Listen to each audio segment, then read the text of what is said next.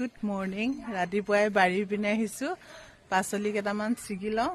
এইপিনে কোমোৰা লাগি আছে আৰু ভোলো লাগিছে। আজি ৰ'দটো বহুত চোকাকৈ ওলাইছে দেই।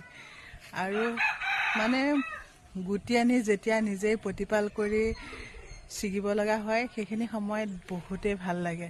আৰু মই তেনেকৈ আজৰি সময়ত এইবিলাক কৰি বহুত ভাল পাওঁ, কাৰণ নিজৰ ঘৰৰ পাচলি ন, টাইম লাগে।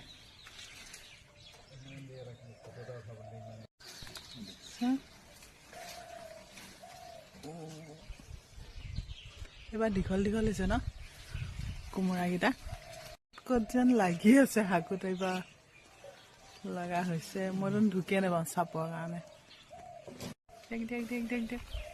ঘৰৰ পাচলি এনেকৈ ছিগি কোনে কোনে ভাল পায়? মই কিন্তু বহুতেই ভাল পাওঁ।